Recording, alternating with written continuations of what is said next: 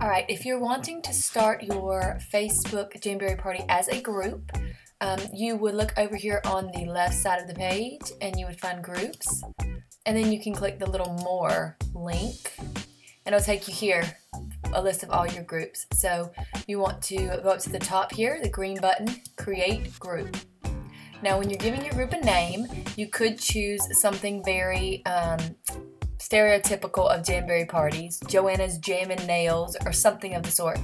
But my own personal experience with Jamberry online parties is that if you pick a name that is a little more intriguing, you'll have more people actually click on the event and decide whether they want to be there or not. I declined 3 different Jamberry invitations before I ever clicked on my first Jamberry party. And it was just because I saw the name of the product Jamberry and I knew it was something people were trying to sell me and I wasn't interested in being sold to. So I never clicked on those links. But then if you have a link that's more like, let's say, Joanna does her nails and then goes to bed. So I might look at that and say, what is this group about? And I click on it just to see. Well, that happened to me. I clicked on an event and the first thing I saw was this beautiful collage of Jamberry nails with the super trendy outfit, and I thought to myself, oh my goodness, I have to have this. And I signed up 2 days later to sell the product. I loved it so much. So just to say, be a little bit different, be a little bit out there with your titles, be creative and make people want to click, because you never know. They may just see your product for the first time because of it. My second, here, I have to add someone, so I'll add my husband. He won't mind. Alright, my second word of advice is do not make your groups public. It's actually against Facebook policy to solicit or sell things in a public forum. And so if you click public, everyone on your friends list will see your updates, which is great for your business, but you will get thrown in Facebook jail so quickly. So do not do that. Always mark your groups as closed. Secret, you don't have to go that far. You can keep them as closed. Now, one reason I prefer events over groups is you can add a whole lot of people, or your hostess can add a whole lot of people to your Jamberry Nails group, but you never know which one of those is just fed up with hearing about this product and they're kind of grouchy. They can very easily report your group or yourself as a consultant as spamming them, and that is one step closer to Facebook jail. You do not want that to happen. So if you do choose to do groups, then you need to go ahead and let your hostess know that while you want her to invite as many women as possible, you also want her to be careful not to invite anyone who might report you guys as soliciting or spamming them. So again, that's why I prefer events. But if you're going to choose a group because you like that setting better, just make sure it's closed, all right? And then you create this group. And then you can pick any of these little icons. And once you get in here, the main things you need to remember are on my scripts. So no matter which online party script you use, I'll have these steps listed in the beginning. Use a cover photo. You need to use one that Jamberry supplies. You can find those on the Jamberry Home Office Flickr account, or I also have some on my Google Drive along with my party script. If you're on my team page, then you have access to both of those things. Always have a cover photo. Add your description. I give you different descriptions that you can add on my script. And then also I have some pre-posts, some things that you need to add down here before you ever even invite your hostess. And like some of those things are, you know, all about jams. I have a little video where I explain Jamberry to someone who's never seen them before. So once you have all that populated, you can invite your hostess, and then you can instruct her, go ahead and send her a coaching message instructing her to go ahead and invite all of her friends. Alright, so if you are wanting to set up your online Facebook parties as events, which is what I do, then you will look up here, the left side of your screen, close to the top, you have the word events. So click on that and you will see a blue button up at the top that says create. We'll stick with our cute name, Joanna does her nails and then goes to bed. And then we will add a description. Again, you'll get that from a script. if you don't want to make your own up. And then you will put the place. I always on my events like to put online, just because a lot of people think they need to go somewhere on that date and time, and I'm just letting them know we are just going to be online.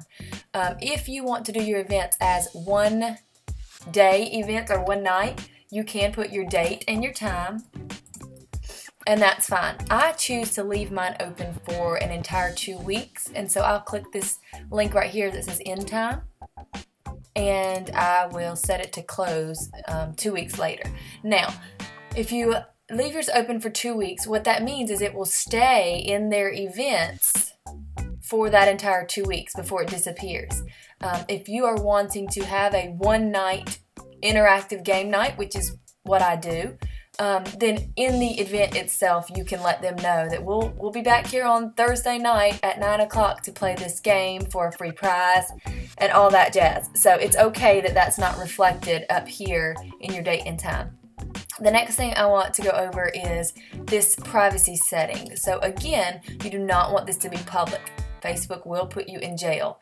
And you don't really want it to be open invite because all friends of all the guests, so that means all the friends of all the guests can see. It's almost just like being public. So you want to choose guests and friends, and that means people who are invited, and the ones who have accepted the invite can invite more. So yes, people will need to be invited. So if your hostess is advertising on her personal timeline, she needs to say, hey, this is my party, this is my group. Comment below if you would like an invite, so she can personally invite them. And then she can also instruct guests inside of the group, hey, you guys can feel free to invite your friends as well.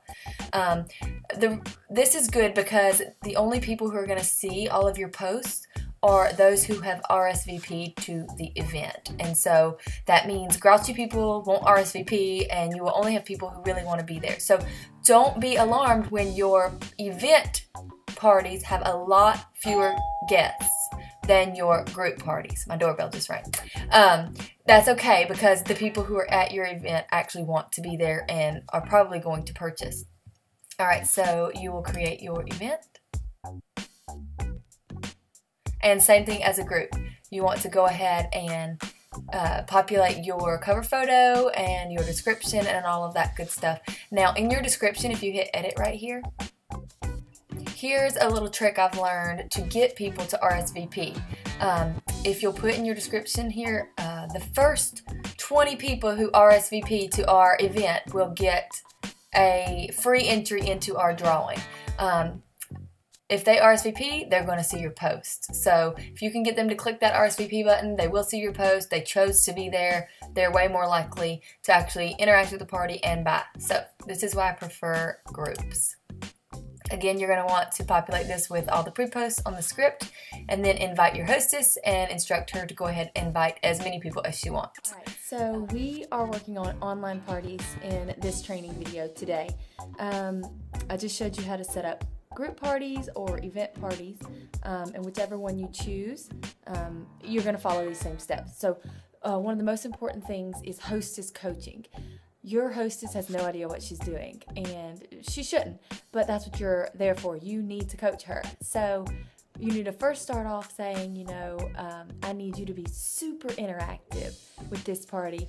Your friends don't know me. I'm just trying to sell them something, and they're smart people, so they need to know that you love this product, and they need to see your Jamberry, what you're wearing on your nails, and how much you love it, and your experiences more than they need to hear from me. So that's number one. Go ahead and coach your hostess to be very interactive on the page. Also coach her not to just like the things that her friends post. Comment on anything. And if she's going to tag anyone, like if I post a collage, the first person it makes her think of, I would ask her, hey, tag whoever that is and say, this makes me think of you. But don't just do that, but ask a question with it, because it's a lot harder for someone to ignore a tag if they were actually asked a question. So instead of tagging Jenny in my white tip post, she can say, hey Jenny, would these work for you at work? I know your boss doesn't like your nails painted. Something like that. something that shows that they are paying attention to Jenny. They know, what her problem is. And number 2, that they thought of her when they saw that post. So those 2 things. Comment, don't just like pictures, comment on them. Tag people with questions. And don't tag grouchy people, because grouchy people, they're just bummers. So they'll report us and all that stuff. So don't tag the grouchy people, please.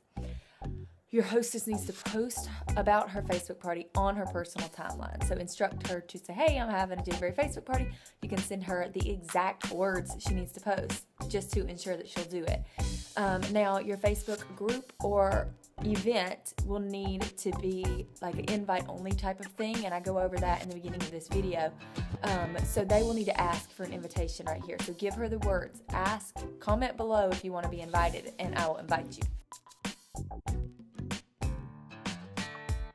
First third of your party needs to be attention getting. So post your most popular collages, your most popular jam pictures. And then one thing I really like to do in my first third of the party is I need to, number 1, get girls commenting or liking or interacting with our page.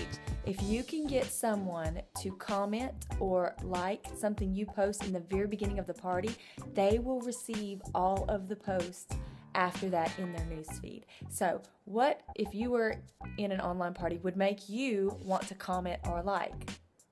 Free stuff, okay? So I like to start off my parties with a bang. I will do a roll call game where I just say, hey, let's see who's all here.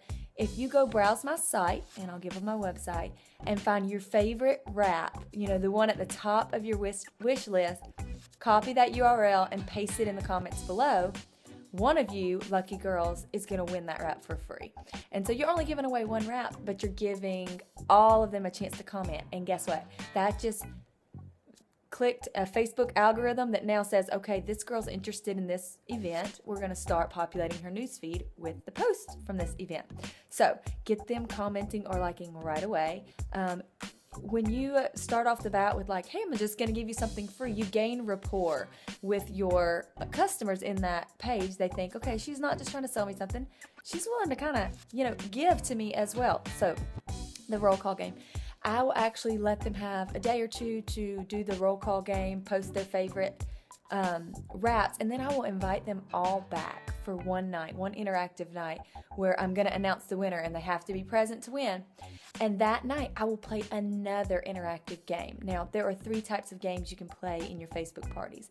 There is the long thread game, which is the roll call game. It's where a bunch of people are going to be posting, and it's going to get long. That thread is going to get very long, and everybody's getting the updates from that thread. So make sure that is something that is a very nice game or a nice prize for them to be in there, or they're going to get annoyed. I love long thread games. It gets people interacting with each other. The game I will play on that game night, when I say come back and figure out who's going to win this prize, I'll also play another long thread game called Guess That Wrap. And so I will have a wrap from inventory, so something that I already have that maybe I'm not going to use, or maybe I won or was given, doesn't matter. And I'll say, okay, you can ask me yes or no questions to try to guess which wrap is in my hand, and whoever guesses it first wins it. And so they'll go through asking you, is it a sparkle, is it a floral, and you just answer yes or no. And then one person will guess it and they will win it. And then I like to use that game as a booking game. I will say, hey, so-and-so, congratulations, you won this wrap, and I'll give it to anyone who books a party tonight for free as well. You can offer that wrap for free, or sometimes I would offer a mini mani kit. If you are on my team page, I have broken down the cost of how to buy all those supplies in my mini mani kit from Jamberry, so they're all Jamberry logoed out, and it ends up being like $1.51. Pretty cheap prize, and it's a pretty great prize. Everybody really loves to get that one. So that's your first couple of things you want to do. You want to get a long thread game going, something that gets them interested and posting right away. You want to gain rapport, so you can also do this by watching the party guests and complimenting them, finding something that they're good at. Maybe one girl is always answering all the questions. Oh my goodness, Sally, you are so helpful. Thank you so much. One girl is always making the jokes. You are hilarious. I'm so glad you're in this party. You are livening things up. So, pick out their strengths. And I'm going to show you why this is important for recruiting in a minute. And then another thing that's very important in that first third of your party is hostess post. You've got to get her. We talked about coaching her to do this. We have to make sure your hostess is posting in this first third of the party. We want her guests to know she is present, she is there, she is loving this product. She invited them to this party, not me. And another thing you can do to gain rapport with your customers is go ahead and head off any objections they may have right away. So what are some common things that someone might say about why they don't want to use Jamberry? My nails are too short, they just won't look cute. You start off the bat posting things about, look at this girl with this mom with short nails, look how adorable this looks. They can't complain after they see, hey, it works for short nails, that's okay. Acrylics and gels, because hey, you got acrylics and gels, you love to go get those done, that's fine. Jamberry can go on them, perfectly fine. Another thing, I'm too hard on my hands, so post, I have one picture of a mechanic who wore them for his wife, and they lasted through all of his dirty work. So post something about how much they last and how durable they are. And then also make sure you're interested in your actual customers. So gaining that rapport by complimenting them, and then also by asking questions about themselves. If they give you a hint about, oh, I don't think I can wear these in my job. Oh, really? What do you do? People like to talk about themselves. And everyone's the same way. So let them do it. I mean, hey, it's a party. Let them have fun. Let them enjoy themselves. Let them know that you're interested in more than just their pocketbook. Second third of your party is going to be where you're going to introduce a lot of the Jamberry extras. So at this point, they've been introduced to what Jamberry nail wraps are, and even maybe our lacquer line, but you need to now start to introduce them to the heater, the beauty boost pills, the application kit, all of those things. So start to focus on those, the second third. If you're going to play games, which I suggest, you'll do our second or third type of game. I talked about the long thread games, but there's also tagging games, which personality is a very popular one.